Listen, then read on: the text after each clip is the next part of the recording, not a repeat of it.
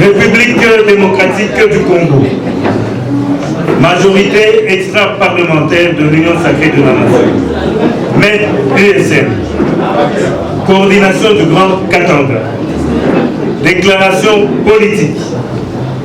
Nous, présidents des partis et regroupements politiques, ainsi que les associations n'ayant pas atteint le seuil d'éligibilité lors des élections de décembre 2023, regroupés dans la majorité extra-parlementaire au sein de l'Union sacrée de la nation, exprimons notre gratitude à la haute autorité de référence de l'Union sacrée de la nation, son Excellence, le Président de la République, chef de l'État, Félix Antoine Tshisekedi Tshilombo, pour son oreille attentive à nos cris, quand bien même que nous n'avons pas d'élus et de représentants dans les institutions et autres structures étatiques. Cette capacité d'écoute du chef de l'État est un signe fort d'un bon père de famille prônant l'amour et l'unité nationale. En retour, la majorité extra-parlementaire de l'Union sacrée de la nation ne peut que réitérer son soutien total et sa loyauté au chef de l'État, garant de la paix sociale, et promet de l'accompagner sans condition aucune. La majorité extra-parlementaire de l'Union sacrée de la nation est en train de suivre avec désolation et condamne à haute et intelligible voix l'agression barbare, injustifiée et contraire aux pratiques du droit international dont est victime notre pays et son peuple, précisément dans la région de l'Est.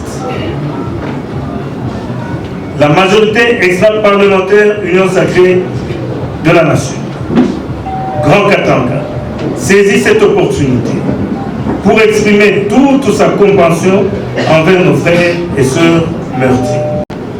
Un adage africain de chez nous dit ceci: la fourmi peut entrer dans les narines du lion, mais jamais, alors au grand jamais, ne pourra avaler le lion.